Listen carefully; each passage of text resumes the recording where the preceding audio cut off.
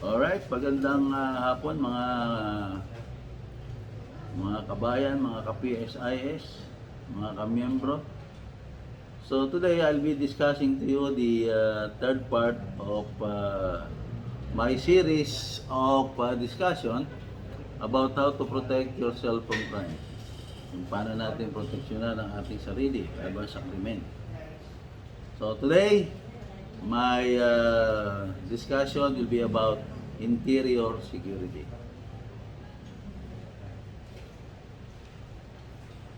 Okay? Ngayon, ano ba itong interior security? Pag sinabing interior security, yan ay sa loob ng pamamahay natin, sa mismo ating tahanan. Okay? And we should all remember that there are several common sense rules. Napakasimple, no?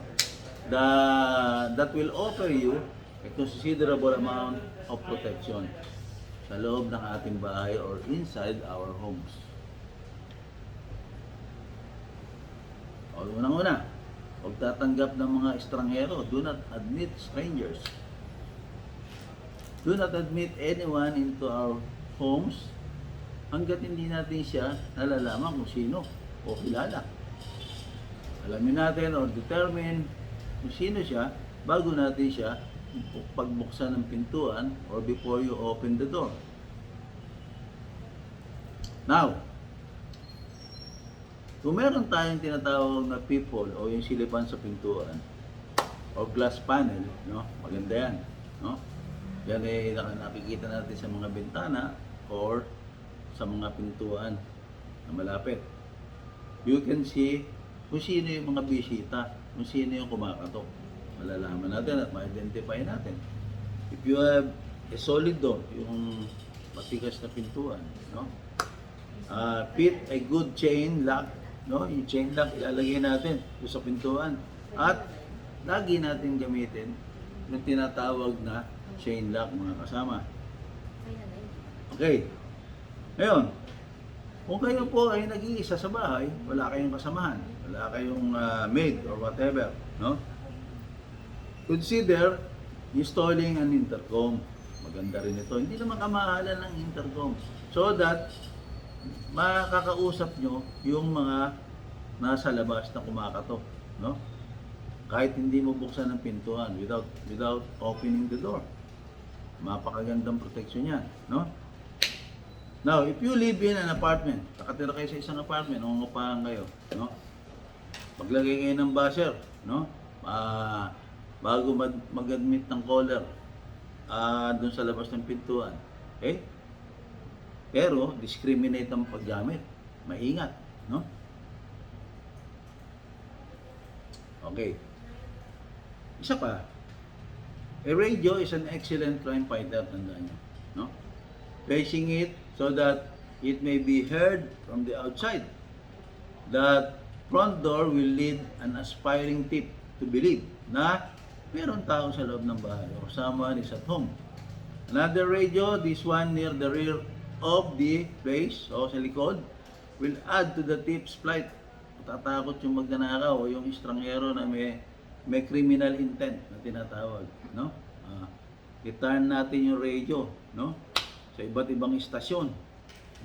And that could easily lead him or the stranger to believe that meron dalawang tao na nasa sa loob ng bahay. At least kahit papano, no? And nandun sa loob, no? The burglar or magnanakaw, yung criminal, would probably seek an easier target. Yun. Hahanap siya ng mas madali. No, sa isang banda, or on the other hand, leaving your drapes, yung mga kurtina natin, no? During the day, drone, no? During the day, tells a thief one of the two things.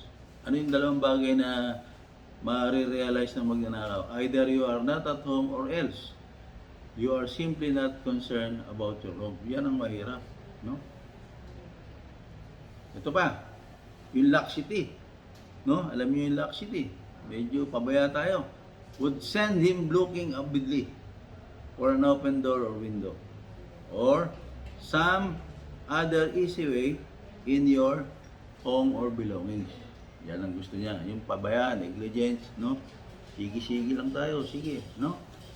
Now, return now to your front door. Balik na natin yung pintuan sa harap, no? Where you are confronting a caller. Diba? Oh. Once you have determined your visitor's identity, nalaman natin kung sino siya, no? From what you are told, okay maniwala basta-basta. Ha? Oh, kailangan medyo tayo, mapag-imbestiga. At i-assume natin na yung kumakatok ay nagsisinungaling, hindi nagsasabi ng totoo. Make him or her prove his or her identity. Patanayin niya kung talaga kung sino siya. Insist on two or three items of clear identification. Oh. Meron ba siyang ID, whatever, galing ba siya, delivery ba siya ng ano ito? Grab o kung ano man yun, no? This applies even to a person in police uniform.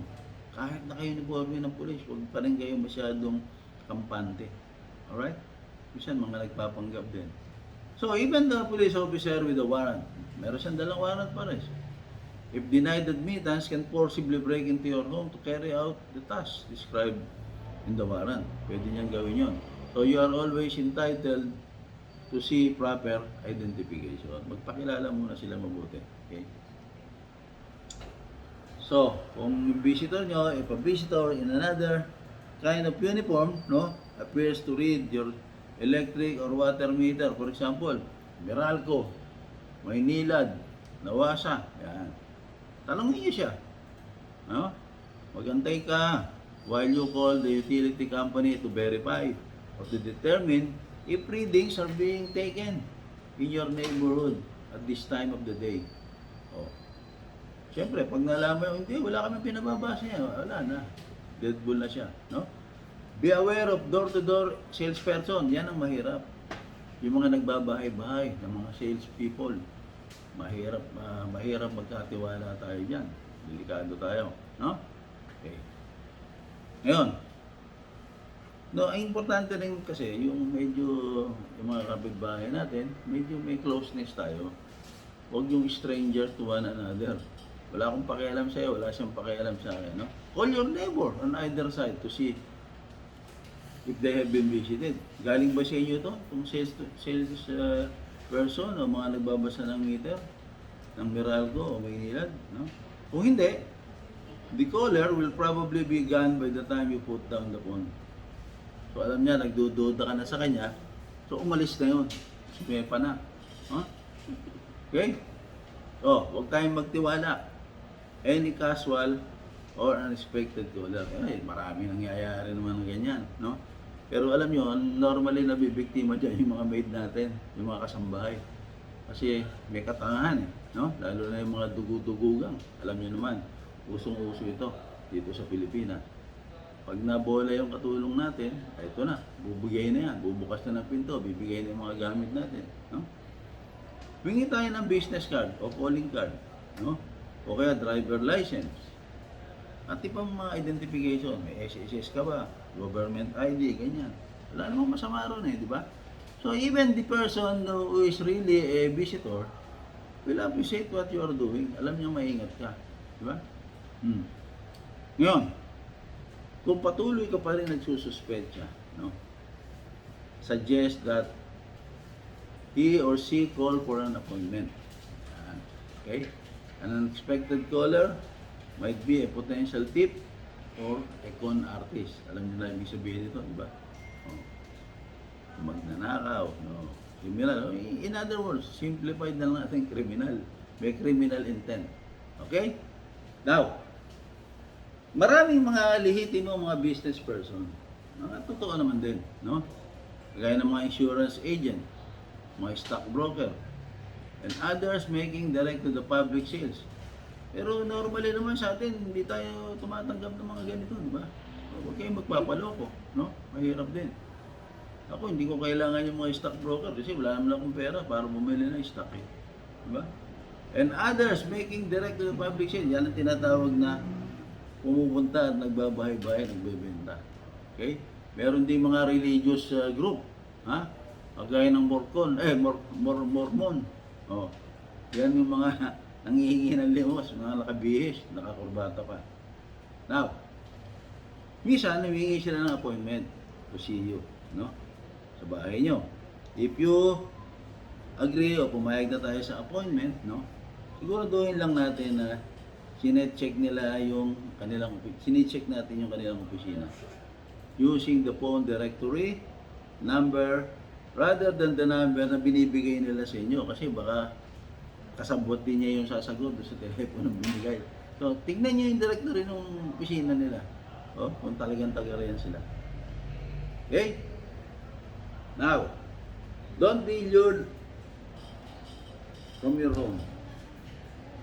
Ngayon, meron mga pamamaraan ng mga magnanakaw o mga kriminal, no? O yung magagaling mag-trick, mga trickster na tinatawag, no? Attempt to gain the admission to homes, no? Admission, karamihan. Many of them are equally skilled at getting people out of their homes. Yung mapapalabas ka ba sa bahay? Maraming mahusay sa ganyan, di ba? Sabi nga nila, mayroon pa daw nag-hypnotize, pero hindi naman tayo naniniwala dyan, no? Parang na-hypnotize daw sila, kaya sila lumabas. Ngayon, sa pambagay, pagpapalit ng lock. Now, whenever you mislay or otherwise nawala yung susi natin, no? Get your locks changed. Huwag kayo magtiwala na nandyan lang yan, naiiwan nyo kung saan. Because if somebody will be able to pick up that key or a criminal element, ako, delikado tayo. Okay? Entirely, palitan natin yung hardware o yung lock natin. Ha? Usually, a residential lock spin can be maligned on the site by a very good locksmith and a new key made at minimal expense. Mura lang naman magpagawa. So, huwag na nating tipirin ang ating sarili. No? So, inventory naman natin sa bahay. Ano ito? Another form of burglary insurance is a household inventory. Siyempre, kung meron tayong mga pinai-insure na laman ng ating kabahayan, kailangan natin ito, household inventory. So, i-set natin sa isang Sabado o Linggo, no? To go through your home, yung ating kabahayan. Kwarto sa kwarto, room by room. And ilista natin and list every item therein. Noting also the approximate value of each and where possible, lagyan natin yung mga serial number para medyo talagang may identity sila, no? Use a form like the inventory sheet provided on this page. So meron kayong makikita rito yan na nakalagay, no? Mamaya pakikita ko.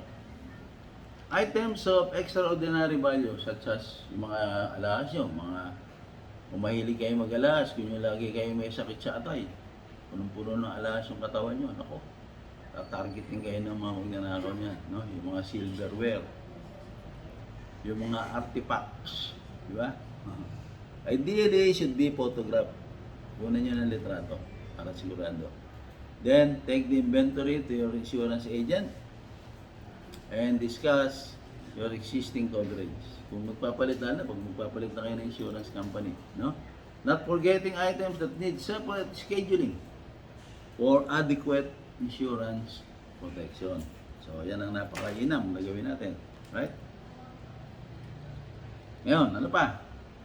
Tago nyo yung inventory list. Dapat may kopya kayo at i-up-to-date natin. No? Meron kayong kopya na hawak o i-retain na isang kopya. Kung meron kayong safety deposit box o meron kayong safety deposit box sa bangko o non-depository or with a trusted friend or relative. Mga kaibigan nyo, patago nyo, mga kamag-anak ninyo. No? Huwag kayo mag-iwan ng kopya niya sa opisina nyo o kahit saan. Ha? Where it might serve as a shopping list for burglar o sa mga magnanakaw. Wow, ang dami palang kayamanan ni Miss Mau. Ha? Kailangan pasukin na natin ang bahay nito. Ha? Okay. O, ito pa. A growing number of people seem to prepare the non-bank depository type of safe deposit boxes. Karamihan, ayaw na nila magkumuha ng mga depository box or mga safety box sa bangko for protection of valuables. Kasi, these facilities scorn traditional bankers hour kasi pagka minsan, tapos na ang banking hour, hindi mo na makuha yung alahas mo, gagamitin mo. Meron kang Christmas party, may birthday party, o birthday mo. Gusto mong kumorba ng gusto, no? With many remaining open around the clock, many are better protected at night than banks, which typically would not be protected by armed personnel. So perhaps, even more important ngayon, no, is the convenience of round-the-clock access to your valuables. Diba gusto nyo, lagi nyo nakikita, minsan nihimas-himas nyo. Ha? Yung mga binili nyong milyon-milyon na alahas, daan-daan libo. Oh, ganda nito, binili ko ito, mahal-mahal nito. Okay? Ito, sa paraan para protection na natin yung ating mga kabuhayan o kayamanan. No? Lagyan nyo ng tatak, etch your name or social security number dun sa kabuhayan natin. Ha? With an electric pen o paggawa nyo sa labas. Mga gumagawa niyan. Madali siyang may scratch naman yung mga metal na to. These pens are easily, yung tinatawag nating electric pen, yan, nagagawa natin yan, nakakapagsulat tayo sa mga metals, no? These pens are easily available. Tumawag lang po kayo sa inyong local police o kapulisan. Many will let you borrow this instrument. Sana nga, kung kilala nyo yung police, yung isa, sisigilin naman kayo. Okay, next.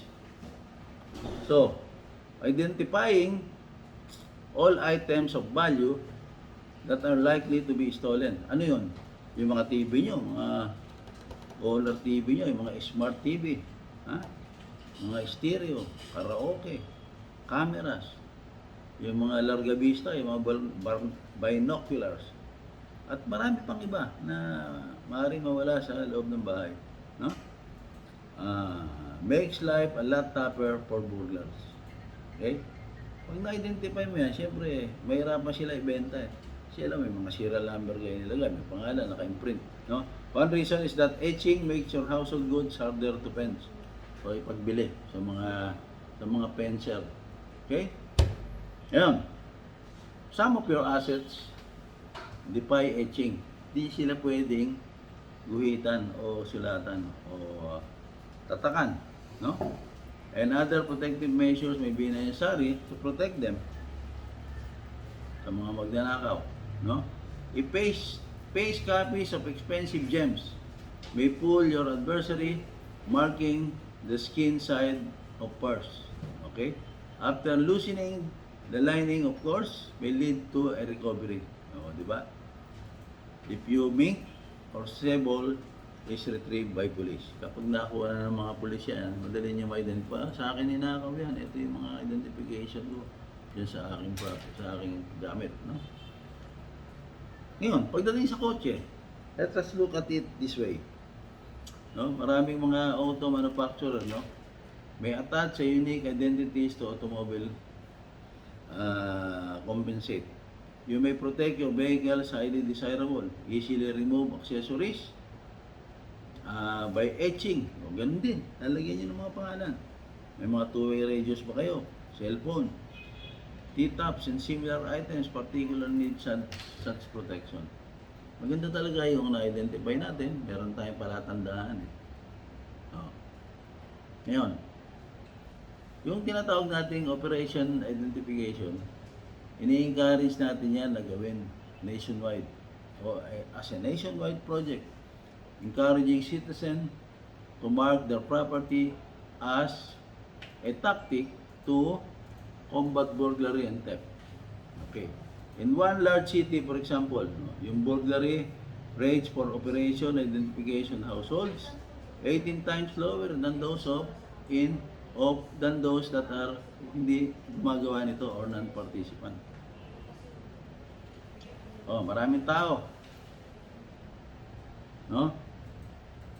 Nag-a-attach sa mga decals sa kanilang mga front doors, advising, welcome. Ang ganda, no? And unwelcome visitor that the premises are protected by CCTV. Okay? And patrol service, alarm, or other type of security device, no? Doon sa Los Angeles, California, doon sa Panorama City, nakita ko walang mga bako ng bahay nila, no? Bakit? Anong gusto nilang impress sa mga tao? Na hindi magulo sa lugar na yan. Pero, in the same manner, they put CCTV cameras, install CCTV cameras and alarm system to protect their homes from burglars. Okay? In many cases, the homeowner purchased only the decal commission. Nagtitipid eh. Oh. A really accomplished tip, yung sanay na, talagang matinding magnanakaw. Hindi mo mabobola yan, hindi mo maloloko. Alam nila yung mga pamemeki mo rin, no? So, it's his or her profession. Kasi yan ang hanap buhay niya eh. Yan yung kanyang trabaho. Minsan, yung tip who is just starting just to make his or her remark, Mike, pwede yun. Mga baguhan na kriminal, no? So the decal won't hurt anything and may help. Pero, it is unusual for a tip to return to the scene of the crime. Oh, ba? And if once burned, the tip just might feel na siya ay merong score to settle with you. Okay. Babalikan ka niyan. Okay? O ngayon, punta naman natin yung mga safe. Yung mga karamihan, ng mga home safes can be physically removed, no? By skilled and determined burglar. And thus, do not offer a great deal of protection against theft. Lalo na pag maliliit lamang yung mga safe mo, no? Also, most such safe cannot protect items kagaya ng malalaking mga sopa. Oh. Ano pa? Some of these objections can be overcome, of course. Pwede rin man nating malampasan. A small safe may be hidden, dating naka-display, no? Okay? Bolted to the walls or nakabaon, embedded in the wall, no? Or sa mga floors ng bahay natin, or otherwise, made a permanent addition to the structure. So, yung mga ibang nagpapagawa ng bahay, built-in na yung butas na lalagyan ng safe. Minsan, tinatakpan nila ng kwadro bago nila bubuksan, then they will open it, no? Setting the safe in concrete in the basement sometimes, no? Isa yun sa mga pamamaraan na pwede natin gawin para hindi nila makita ito.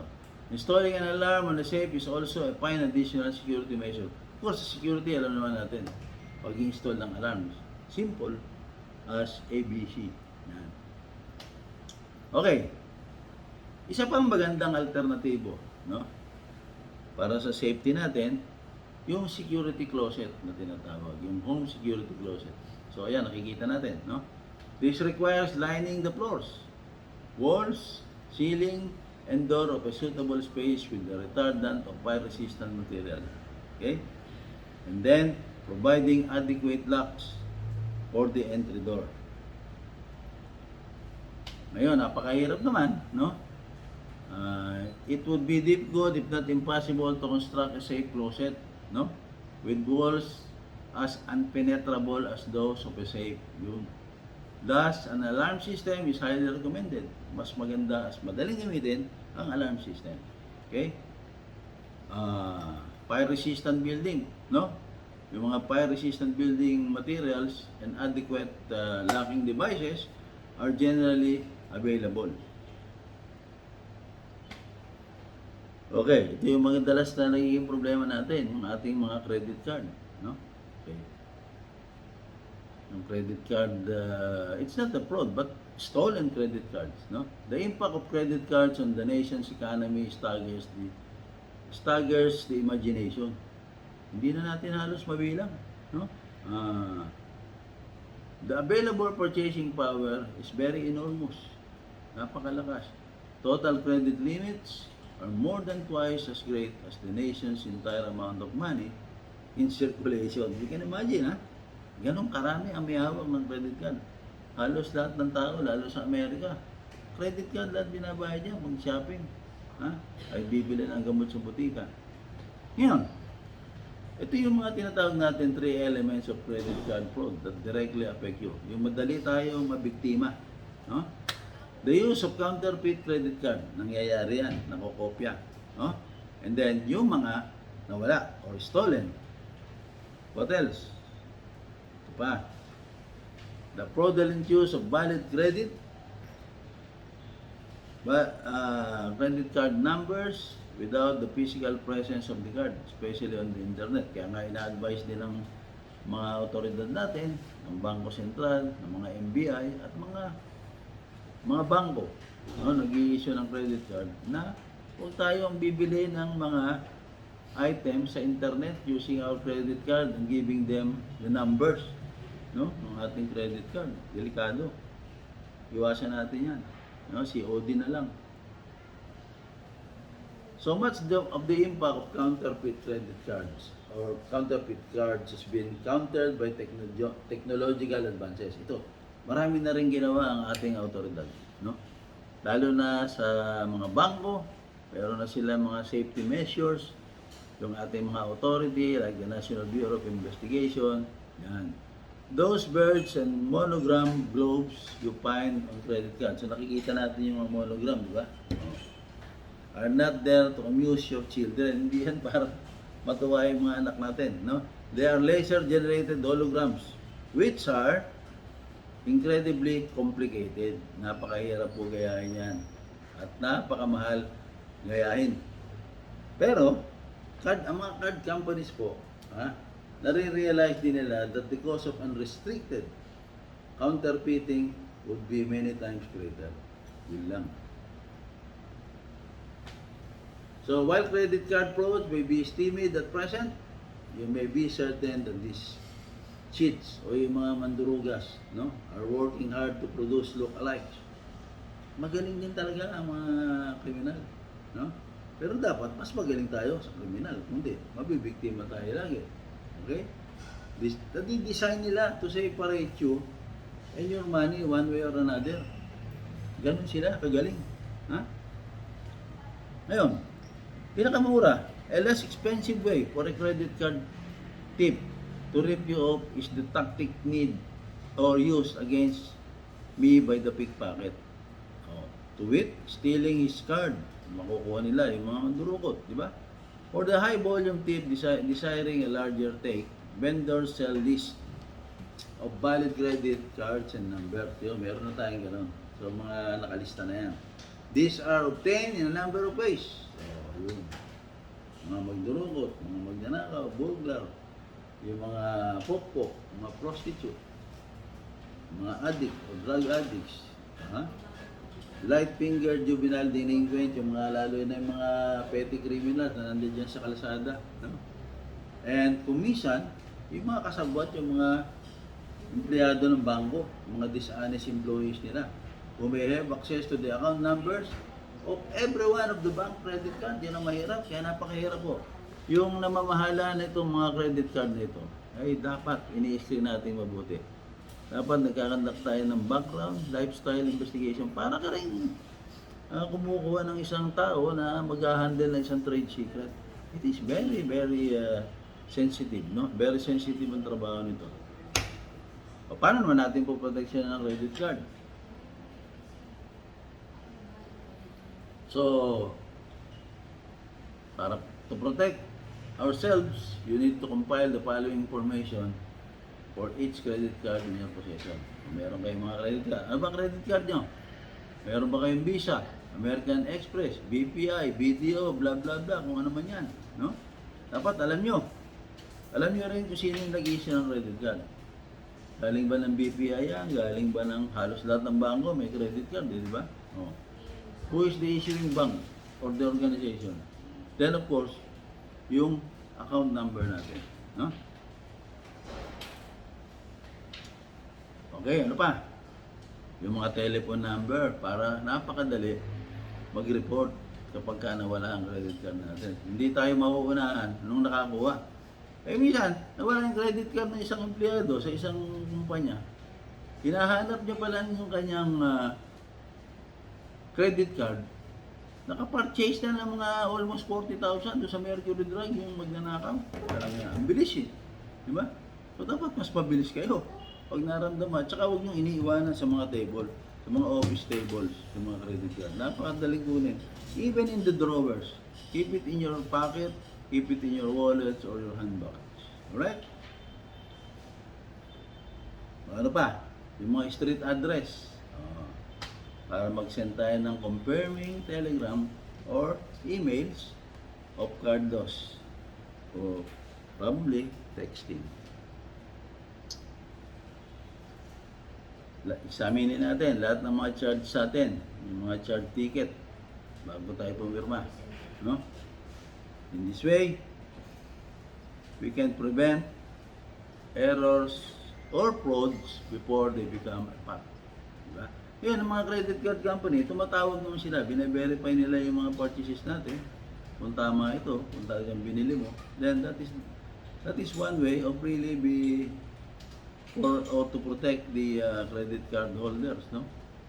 Tsaka yung mga billing nyo, i-retain nyo palagi, huwag nyo tinatapon-tapon. Tapos ikukumpara natin sila sa mga charges sa ating mga bank statement ng credit card.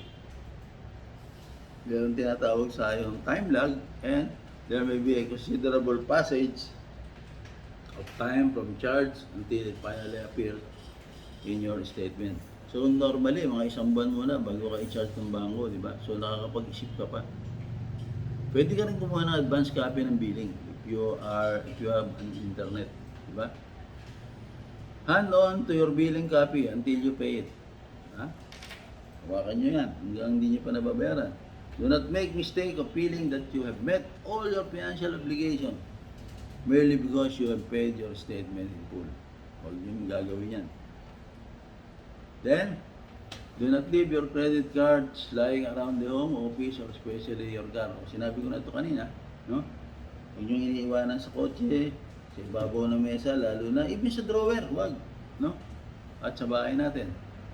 Huwag natin dalhin, or do not carry your cards in your billfold along with your cash and driver's license. Huwag na huwag.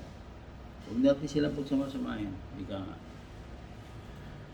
Now, an essential safety precaution is to destroy any unneeded duplicate cards. Kasi nyo na yan. Napakarami yung mga credit card. You are liable for the first 2,500 of illegal charges made before you report the theft of loss of a card. Insurance is available for your reimbursing losses stemming from frauds or theft or card losses. Yan. So, yan lang po mga kasama ang aking ma-share sa inyo ngayong araw nito. And be sure everything that I have told you, I have discussed, ay gawin natin para pangalagaan ang ating sarili. Maraming nawawala. Maaari tayong maging biktima ng isang krimen, lalo na sa pagpasok sa bahay. Di bali kung nanakawan lang kayo. Kung if they will hurt you or even kill you, o patayin pa kayo nung magnanakaw. That is a very bad thing that can happen, no? Sa mga credit card naman, ingatan natin sapagkat normally ang inyong mga credit line daan-daan libo. Naku, mahirap yan. Isang ubos lang yan. Isang ikot lang yan ng mga magnanakaw ay maubos ka agad ang laman ito. So all these things have been discussed to you, no, to give you a way on how to protect yourself from crime.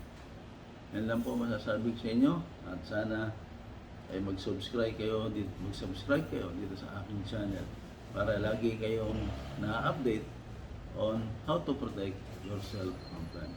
So magandang araw sa inyo lahat. Mabuhay tayong lahat. Mabuhay ang PSIS. Sapagkat ang PSIS ay isang institution where you can learn many things about how to protect yourself from crime. Okay? Thank you very much and good day.